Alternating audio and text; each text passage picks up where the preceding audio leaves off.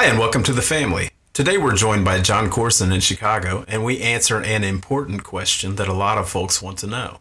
Why use two-way radios when we all have cell phones?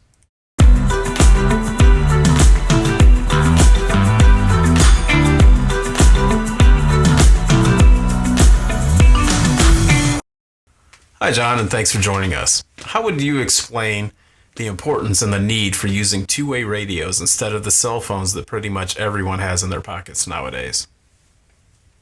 I would say that the biggest thing is the single push button communications to talk to everybody in a rapid amount of time as quickly as possible.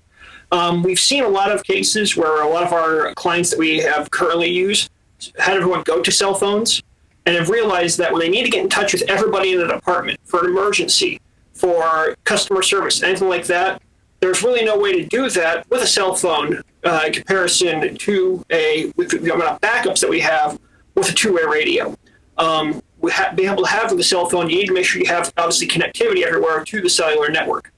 With radio, you have everything privatized within there, customized for what you need. What I like to tell a lot of customers is the fact that a cellular network is like a suit off the rack.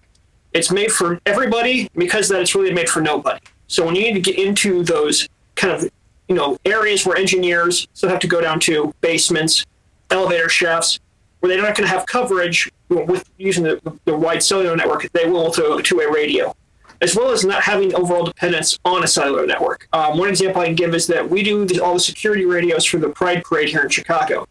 Our client who does that used cell phones the last year when they tried to get away from doing radios. And it worked okay to start with until they got about 500,000 people showing up on there to jam up the cell phone network, which was then exacerbated once there was a thunderstorm rolled in and everyone had to evacuate, and they lost all their communications.